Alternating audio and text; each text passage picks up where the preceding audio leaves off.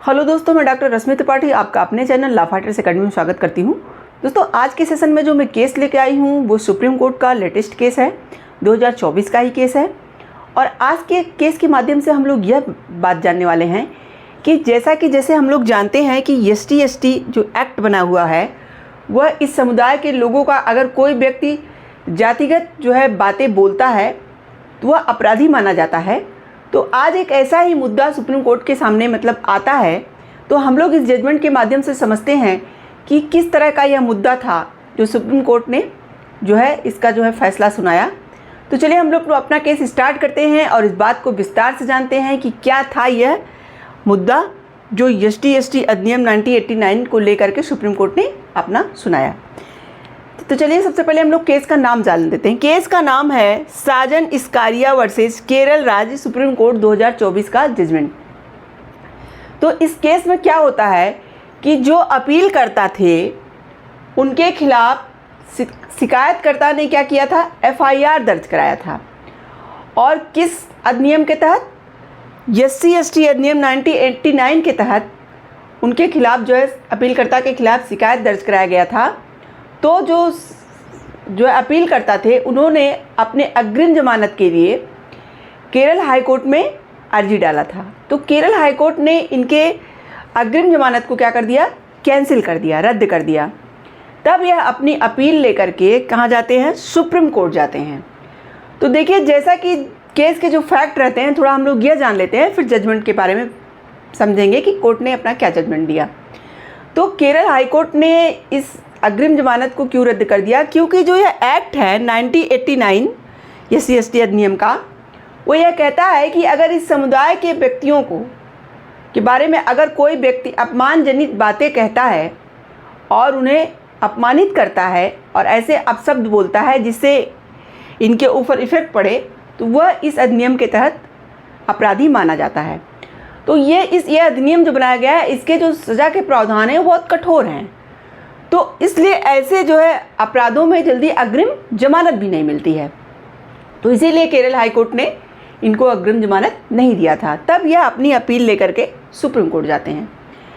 और जैसा कि जो शिकायतकर्ता ने इनके खिलाफ FIR लिखाया था, तो उनका ये कहना था कि जो ये अपील करता है इन्होंने मेरे बारे में जो है अपशब्द कहे और YouTube पे इसका वीडियो डाला। तो ये था पूरा केस का फैक्ट कि YouTube पे शिकायतकर्ता के खिलाफ अपीलकर्ता ने कुछ ऐसे वीडियो डाले थे जिससे उनका जो है अपमान किया गया था, ऐसे शब्दों का प्रयोग किया था जिससे जो है यह मालूम पड़ रहा था कि उनका जो शिकायतकर्ता थे उनका अपमान किया गया है।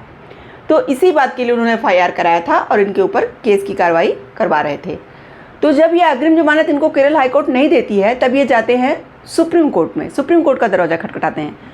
तो चलिए हम लोग देखते हैं कि सुप्रीम कोर्ट अपने जजमेंट में क्या बोलती है और कौन से जज थे जो इस केस की सुनवाई कर रहे थे।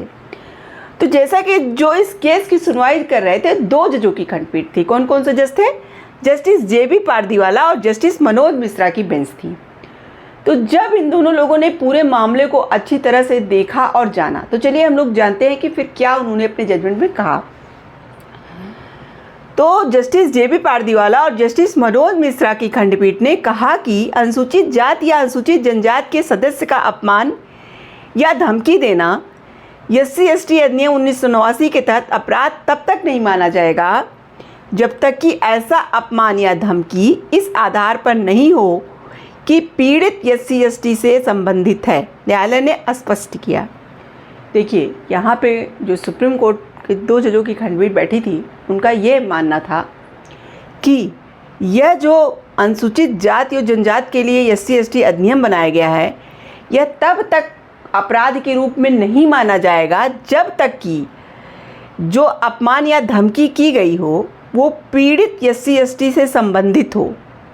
यानी कि जैसे कि अगर कोई व्यक्ति ऐसे शब्द बोलता है तो वह शब्द किस तरह के हों कि अनुसूचित जाति और जनजाति के जो जातियां हैं उनके ऊपर टिप्पणी की जाए, यानी जाति को लेकर के बातें कही जाएं, यानी व्यक्ति को लेकर अपमान ना किया जाए, वहाँ पे आया धमकी ना दी जाए।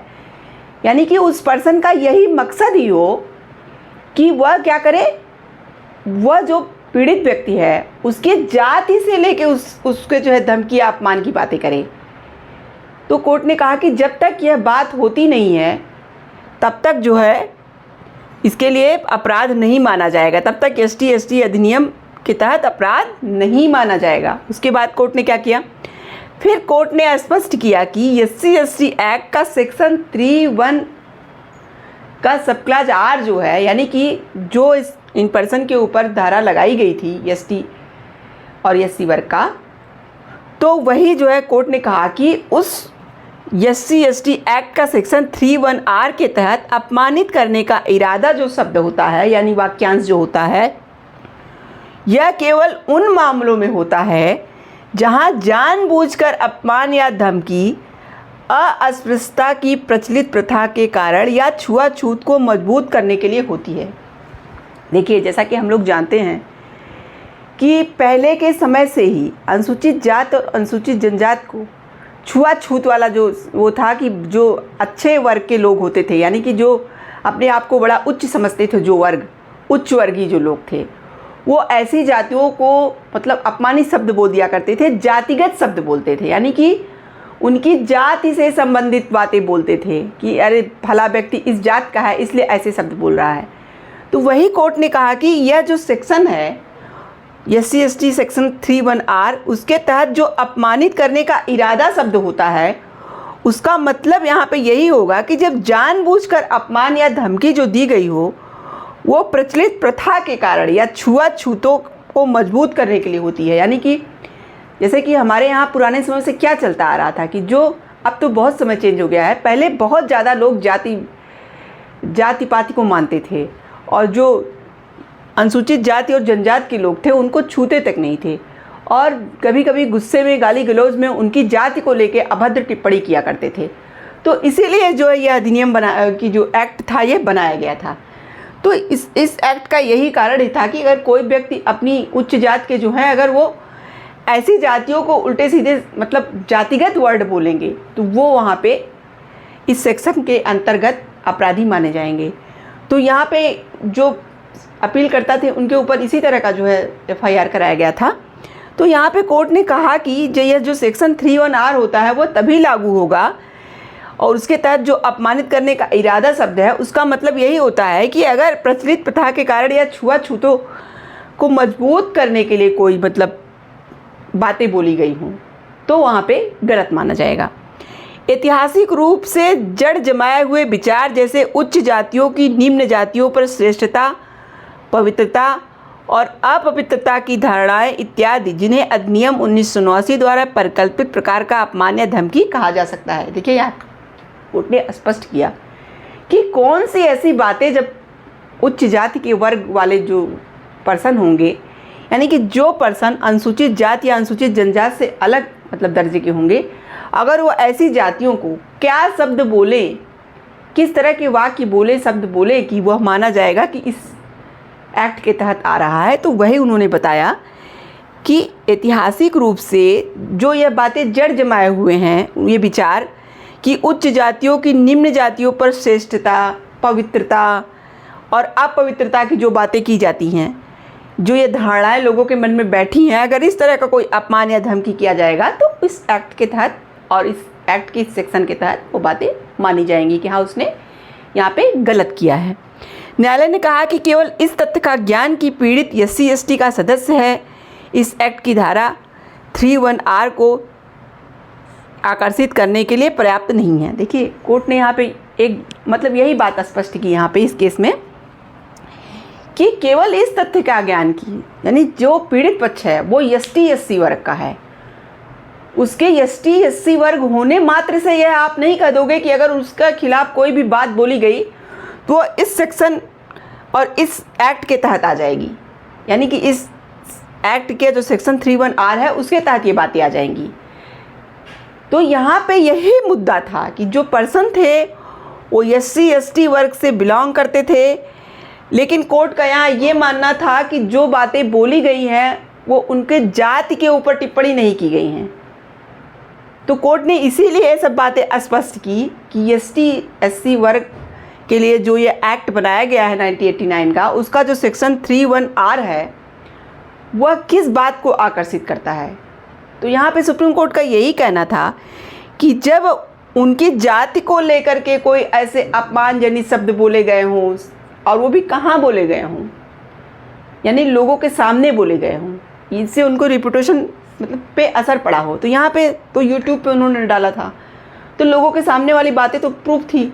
लेकिन कोर्ट ने यहाँ पे जब वीडियो वगैरह देखा और जाना, कोर्ट ने कहा कि मुझे वीडियो के तह तक जाने की कोई ज़रूरत नहीं है, लेकिन जहाँ पे प्रथम दृष्टया अपराध की बात बनती है वहाँ पे मतलब इनके पूरी बातों को सुनने पर और जो FIR वगैरह लिखाया गया है, जो वीडियो के मतलब क्लू हैं, वो सब देखने के बाद ये बातें पता चलती हैं कि जो पर्सन थे, यानी कि जो यहाँ पे केस मतलब अपना कोर्ट के सामने अपील लेके आए थे, उन पर्सन का जातिगत से लेकर के वहाँ कोई मतलब नहीं था। देखिए फिर आगे कोर्ट ने क्या कहा। न्यायालय ने कहा कि इस केस से यह पता चलता है कि अपीलकर्ता शिकायतकर्ता के साथ शत्रुतापूर्ण संबंध रखता था।